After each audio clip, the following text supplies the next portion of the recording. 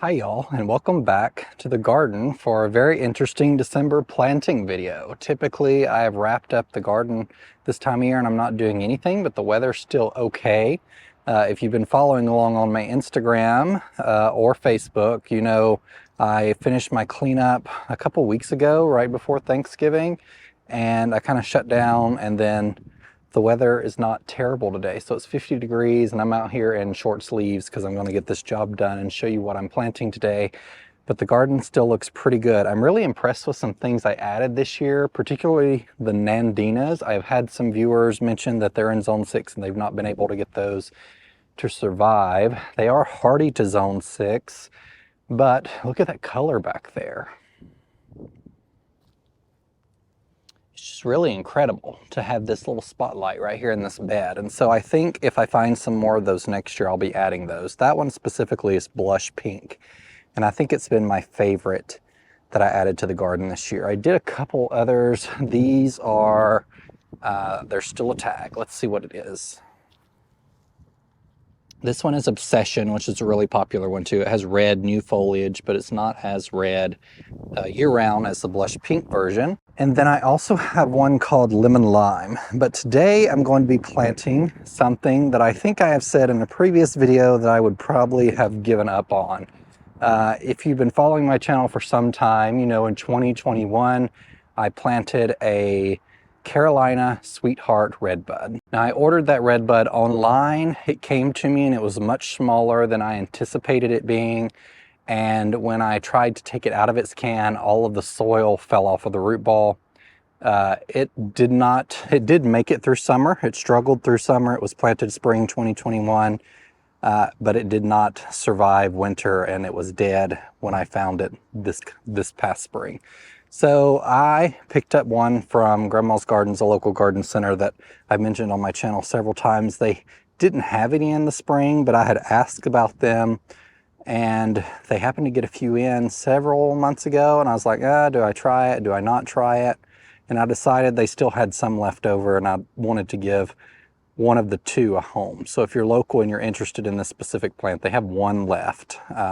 And we're going to give one a home in my garden on the side of the house. Now, Redbuds, I have several of them in my garden, and sometimes you'll find online that they like a part shade location. They don't want a ton of full all-day sun. This one specifically, I'll put a picture on the screen, is a variegated variety, but I'm going to be putting it on the south side of the garden, and we're going to test it there. The reason why is because I'm going to read the plant tag to you. It says full sun. So I have not had an issue in my garden with all the Redbuds that I have in here, and I already have 1, 2, 3, I have at least 3 Redbuds already, and I've never had issues with them burning. Most of them, except the one I installed this year, are in full sun all day. So we're going to give it a try in full sun. Now, if you Google this tree, you'll also find that the sizes that it grows to are all over the place. Redbuds are typically smaller trees. They can get pretty large. The native Redbuds can. This tag says 20 by 30. The tag at the garden center said 20 by 15. So they can be pruned pretty well, and so we're just going to go with the smaller number for now. If it starts getting too large, we can keep it a little bit contained if we need to. But based on the pictures I've seen, it kind of has a little graceful habit, so I don't expect it to become like this really large tree anyway. So it's a newer variety. It was developed in combination with North Carolina State and Stars and Roses, the plant company. If you're not familiar with Stars and Roses, they produce a lot of beautiful roses. They have some berry bushes as well. I think they're the owner of the Bushel and Berry series that I love so much for my blueberries.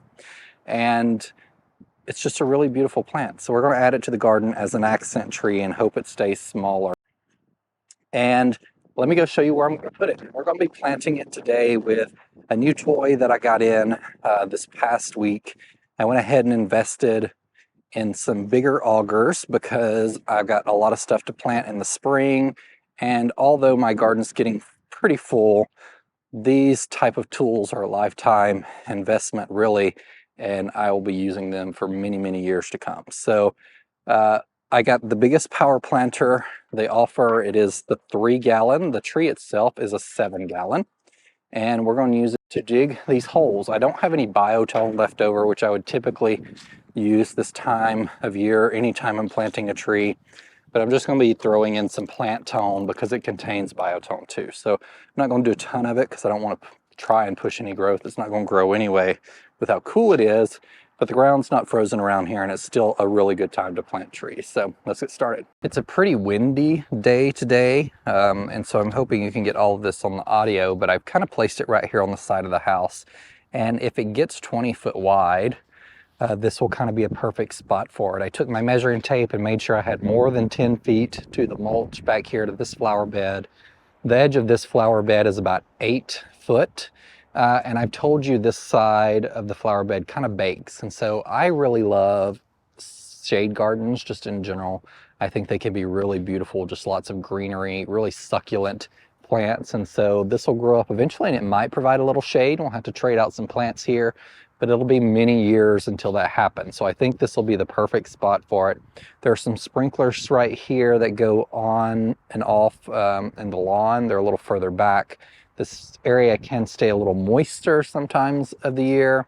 And so I think it'll be really happy here. I'm not going to go around and create like a round bed around it today. I can do that in the spring, and then we can plant maybe some annuals, bedding plants under it. But this is the first time for me pulling out this power planter. You can see how nice and bright and shiny it is. And we're going to see how well this works. You can see this is the big one. It's made perfectly for 3-gallon shrubs to fit them. And this is a 7-gallon, so I'll have to make a few holes. I actually have to bring out my shovel. We'll see how that works. And we'll just get started trying this out. I'm going to move the plant out of the way so I can get to digging.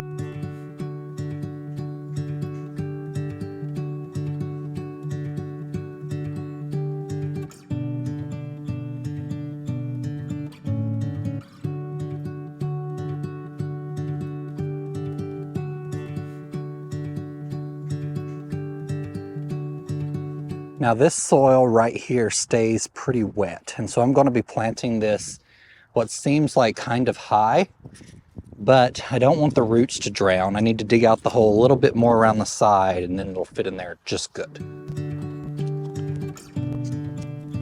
All right, and that's perfect. I'm just going to fill around the side of the root ball and then pick up the extra dirt and dispose of it. There we go, all done. I've cleaned up my mess. I'm kind of a messy planter anyway. Clay soil makes it really difficult to plant stuff, and you just get it completely muddy.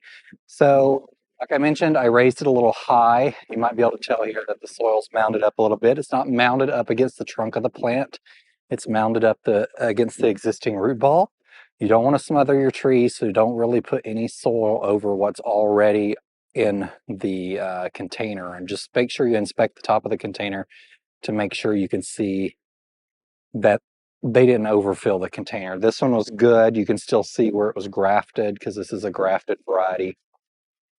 And I think it'll be really beautiful here. So behind me is the south side of the house. We have the arbor that we had installed last October. There are roses that are going to be growing up along it on both sides. So that'll be really beautiful. They're a coral color. It's called the Impressionist. It's a beautiful rose. And it just started climbing this year, and I hope we have some really good show on it this coming spring. And then this will grow up, and hopefully it will get a little bit of height on it, and I might could limb it up to kind of create a canopy to walk under to the arbor. And then we have this bed that I renovated this fall. This winter, I'm going to be busy designing this space right here, still trying to locate the red obelisk beech tree. If anyone lives in Ohio or Eastern Indiana and is aware of where I could get a larger size of that, or you're aware of a nursery that carries it, let me know. We're still looking for it, but any help will be greatly appreciated. Otherwise, I'll give you a quick look at what the garden's looking like this winter.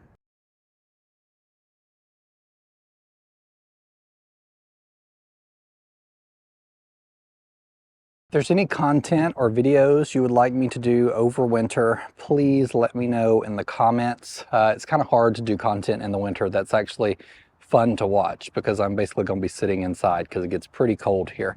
Right now we've had a pretty mild winter so far, and so I hope it continues that way just based on everything I planted this year.